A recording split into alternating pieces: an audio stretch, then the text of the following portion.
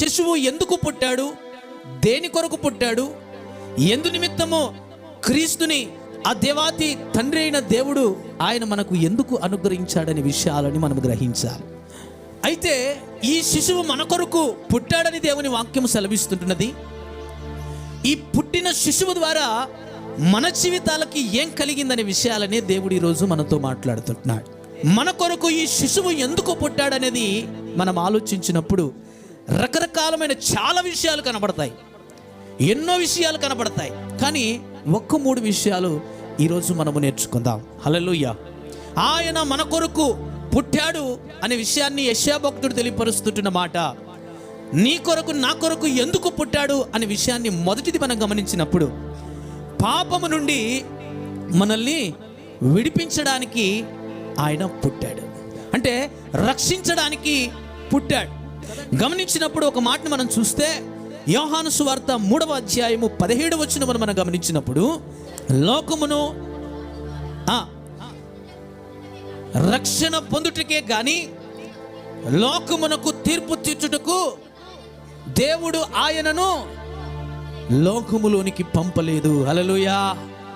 గమనించాలి, మొదటిది దేవుని వాక్యము సెలవిస్తుంటున్నది, ఈ మన కొరకు పుట్టిన ఈ శిశువు ఎందుకు పుట్టాడనేది మనము ఆలోచించినప్పుడు దేవుని వాక్యము సెలవిస్తుంటున్న మాట ఏంటంటే, లోకముని రక్షించుటకే ఆయన ఈ లోకములోని పుట్టాడండి.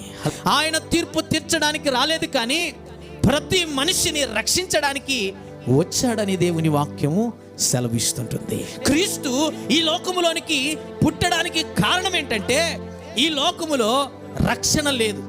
ఆయన పుట్టక మునుపు మనిషికి విమోచన లేదు.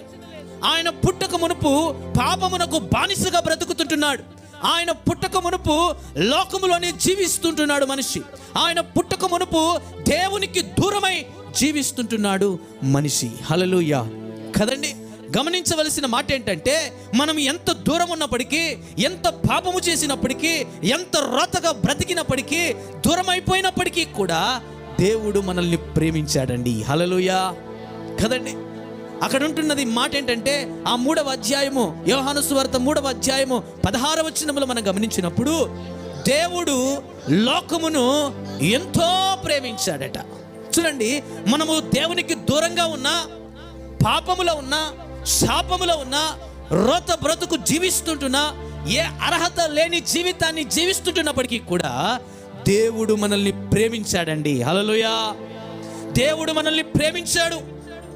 ఆ మనుషుని నేను విడిచిపెట్టకూడదు, నేను రక్షించుకోవాలి, నేను కాపాడుకోవాలి, వారిని మళ్ళీ నా వారసులుగా చేర్చుకోవాలి, నాకు బిడ్డలుగా మార్చుకోవాలి అని ఒక రక్షకుణ్ణి ఈ లోకానికి పంపించాడండి. ఆ రక్షకుడే శిశువుగా మన కొరకు ఈ లోకములో పుట్టాడండి. మనల్ని కాపాడడానికి, మనల్ని విమోచించడానికి. మన పాపములు లెక్క చేస్తే ఎవడు ఈ లోకములు మనల్ని రక్షించడో. ఈ లోకములో ఏదైనా తప్పు చేస్తే వెంటనే ఆ శిక్ష అనుభవిస్తారు. మనం చేసిన పాపములకి, మనం చేసిన అతిక్రమములకు కీర్తనాకారుడు అంటాడు, ఆయన మనకు ప్రతిఫలము ఇవ్వలేదు. హల్లెలూయా.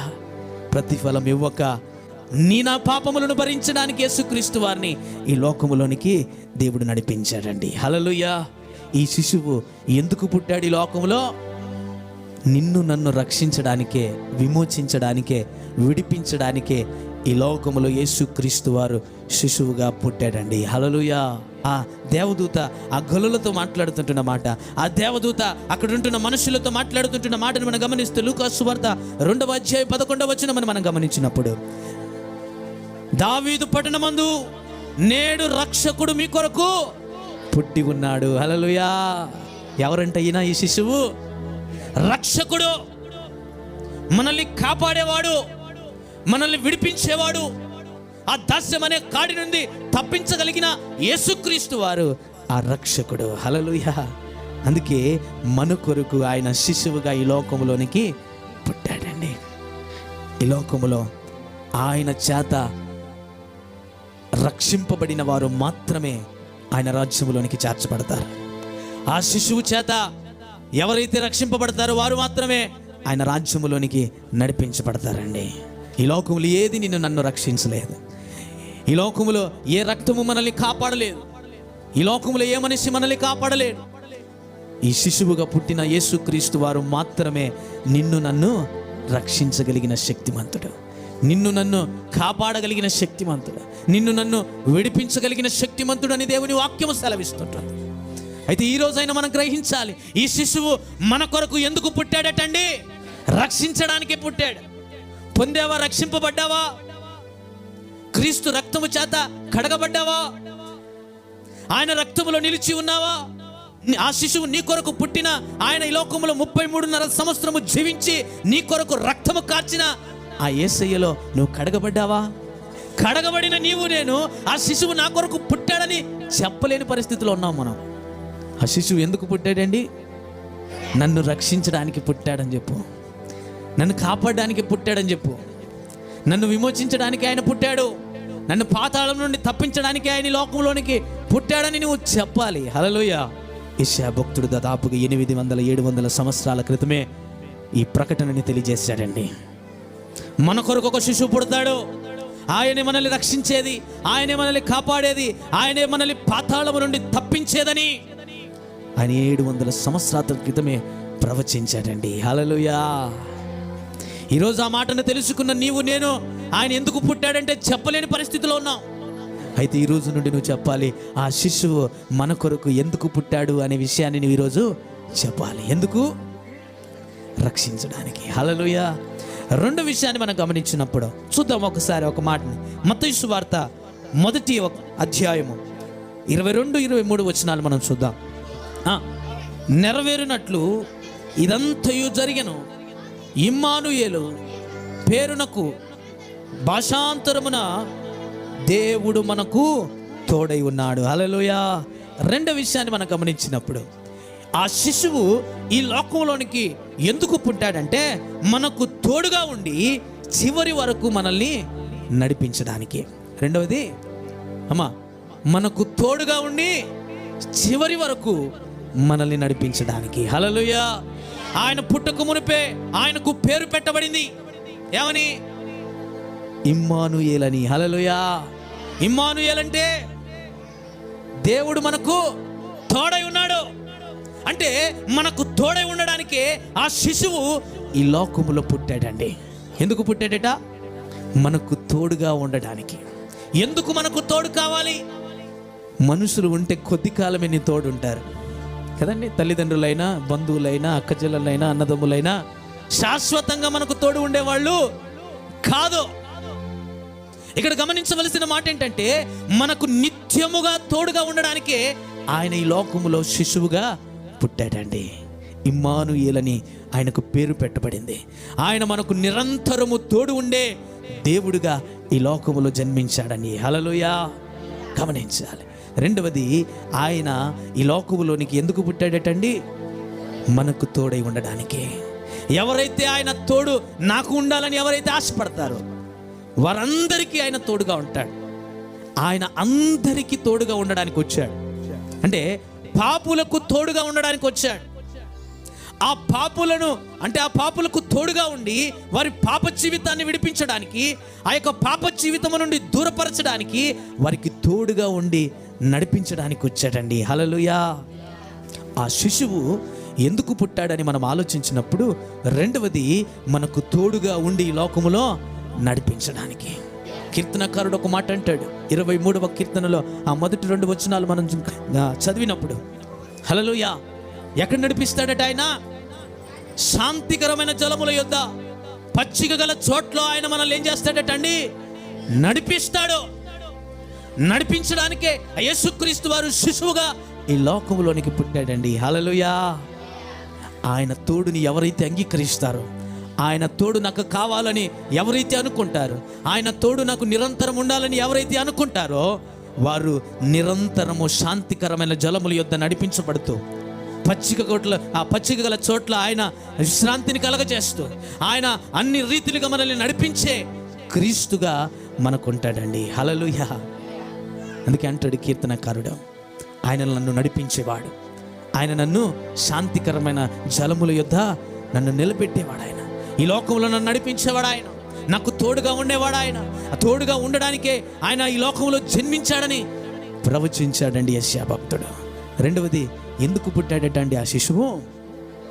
మనకు తోడై ఉండడానికి. హల్లెలూయా. ఆయన తోడు మనకు అవసరమై ఉన్నది. ఆయన తోడు లేకపోతే సాతాను గడి వచ్చి మనని ఏం చేస్తాడు? గద్ద కోడి పిల్లలు ఎత్తుకుపోయినట్టుగా ఎత్తుకుపోతాడు. వాడు కూడా మన వెనక తిరుగుతూనే ఉంటాడు. ఎప్పుడెప్పుడు సింగిల్గా దొరుకుతాడో, ఎప్పుడెప్పుడు సపరేట్గా దొరుకుతాడో, ఎప్పుడెప్పుడు దేవుని తోడు లేకుండా దొరుకుతాడో, నిన్నెప్పుడెప్పుడు ఎత్తుకుని పోదామా అని వాడు గర్జించు సింహం వలె మన వెనకనే తిరుగుతుంటాడట. కాబట్టి ఎప్పుడు ఆయన తోడుండే స్థితిలో మనం ఉంటే ఎవడు మనల్ని ఏమీ చేయలేడండి. ఏ గద్దొచ్చి మనల్ని ఎత్తుకుపోదండి, తీసుకుని వెళ్ళలేదండి. అందుకే యేసుక్రీస్తు వారు నీకు నాకు తోడుగా ఉండడానికి, మనల్ని నడిపించడానికి శిశువుగా మన కొరకు ఈ లోకంలో పుట్టాడండి. హల్లెలూయా. అందుకే గ్రహించాలి మనం ఈరోజు, ఆయన మన కొరకు పుట్టాడు, ఆయన మనల్ని రక్షించడానికి పుట్టాడని, ఆయన మనల్ని విమోచించడానికి పుట్టాడని, ఆయన మనకు తోడుండడానికే శిశువుగా ఈ లోకంలో జన్మించాడని, ఆయన మనల్ని నడిపించడానికే ఈ లోకంలోనికి ఆయన వచ్చాడని మనం ఎరిగి ఉండాలండి. ఆయన తోడుని మనం కోరుకోవాలి, ఆయన నడిపింపుని మనం కోరుకోవాలి. మన ఇష్టానుసారంగా మనం వెళ్ళేది కాదు, కానీ ఆయన నడిపించినట్టుగా మనం నడిచినప్పుడే ఆ శాంతికరమైన జలముల యొద్ద మనం నివసింపబడతాం. ఆ యొక్క పచ్చికల తోటలోనే దేవుడు మనల్ని నివసింపచేస్తాడని దేవుని వాక్యము సెలవిస్తుంటుంది. అందుకే గమనించాలి. రెండవది, ఎందుకు ఆయన పుట్టాడు? మనకి నాకు తోడుగా ఉండడానికి. మూడవది చెప్పి నేను ముగిచ్చేస్తాను. మూడవది, ఆయన రాజుగా ఏలడానికే ఈ లోకమునకు వచ్చాడండి. యేసుక్రీస్తు వారు శిశువుగా ఈ లోకంలో పుట్టాడండి కదండి. ఆయన రాజుగా అని మనం గమనించినప్పుడు ఆయన చూడండి ఒకసారి, అదే యెషయా గ్రంథము 6వ అధ్యాయము 9వ అధ్యాయము 6వ వచనాన్ని మనం చదివినప్పుడు ఆ వచనములో ఇంకొక మాట కూడా కనపడుతుంది మనకి. ఆ చదవబడిన వాక్య భాగములో 3వ లైన్లో ఒక మాట ఉంటుంది. ఆయన భుజముల మీద ఏముందట? రాజ్యభారం ఉంది. ఆ శిశువు ఊరికే పుట్టలేదండి. ఆ శిశువు ఈ రాజ్యాన్ని ఏలడానికి, ఆ రాజ్య భారము కలిగి ఈ లోకంలోనికి ఆయన వచ్చాడండి. రాజుగా ఈ లోకాన్ని, పరలోకాన్ని పరిపాలించడానికి యేసుక్రీస్తు వారు ఈ లోకములో పుట్టాడండి. హల్లెలూయా కదండి. ఆయనను వెతుక్కుంటూ వచ్చారండి 3 జ్ఞానులు. ఏమని అడిగారు ఆయన్ని? ఏ రోజు రాజు దగ్గరికి వచ్చి ఏమని అడిగారు? చూడండి ఏమని అడిగారు ఒకసారి చూడండి. మత్తయి సువార్త 2వ అధ్యాయం 2వ వచనాన్ని ఏమంటండి? యూదుల రాజుగా పుట్టినవాడు ఎక్కడున్నాడు? హల్లెలూయా. ఆ జ్ఞానులు ఏమని చెప్తుంటున్నారు? ఈ రాజు ఎక్కడ పుట్టాడు? ఈ లోకాన్ని పరిపాలించడానికి వచ్చిన ఈ రాజు ఎక్కడ పుట్టాడు? ఈ పరలోకాన్ని, ఈ లోకాన్ని ఏలుతుంటున్న రాజు ప్రవచించినట్టుగా ఎక్కడ పుట్టాడని ఆ ఏ రోజు రాజు దగ్గరికి వచ్చి అడుగుతుంటున్నారండి. హల్లెలూయా. గమనించాలి. ఆయన రాజని, ఈ లోకాన్ని ఏలే రాజని ఎవరు కనుక్కున్నారు? ఆ జ్ఞానులు కనుక్కున్నారండి. ఈ యెషయా గ్రంథాన్ని ఆ జ్ఞానులు చదివి తెలుసుకుని వచ్చి ఉండొచ్చు. హల్లెలూయా. అందుకే డైరెక్ట్గా వచ్చి ఏమని అడుగుతుంటారు? రాజు ఎక్కడ పుట్టాడు? గమనించాలి కదండి. హల్లెలూయా.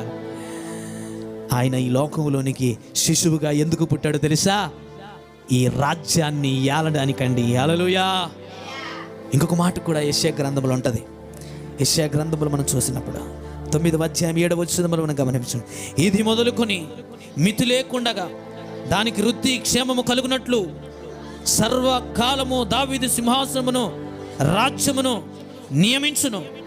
న్యాయము వలనను నీతి వలనను రాజ్యమును స్థిరపరచుటకు ఆయన సింహాసనాసీనుడై రాజ్య పరిపాలన.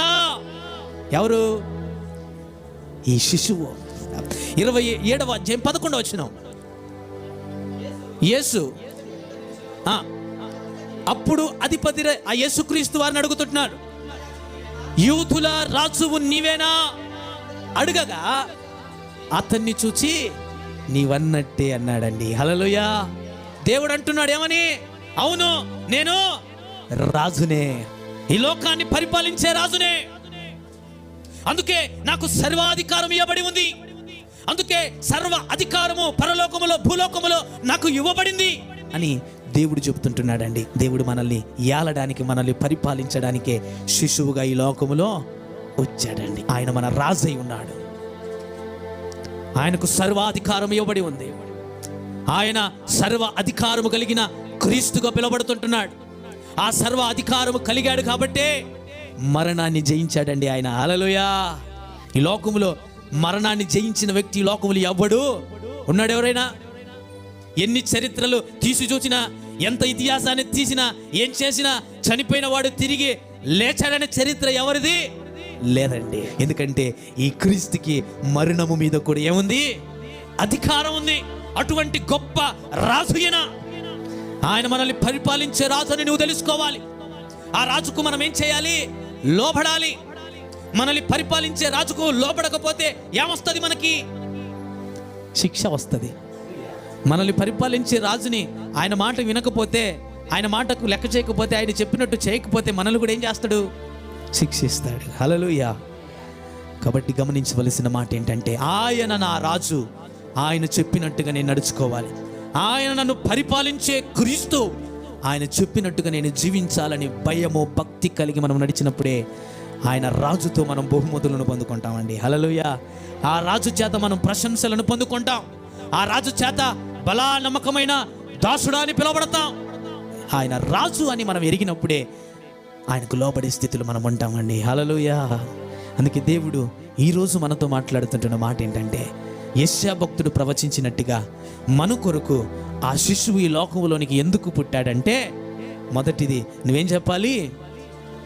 నన్ను రక్షించడానికే, నన్ను మాత్రమే కాదు నిన్ను కూడా రక్షించడానికే ఆయన ఈ లోకంలోనికి పుట్టాడని ఇతరులకు నీవు చెప్పాలి. రెండవది, ఎందుకు పుట్టాడట? మనకు తోడై ఉండి నన్ను నడిపించడానికి. హల్లెలూయా. ఆయన తోడు లేకుండా ఈ లోకంలో మనం సరిగ్గా నడవలేమండి. ఆయన తోడు లేకుండా ఈ లోకంలో సరైన మార్గములో మనం నడవలేము. ఎందుకంటే ఆయనే మనకు మార్గము.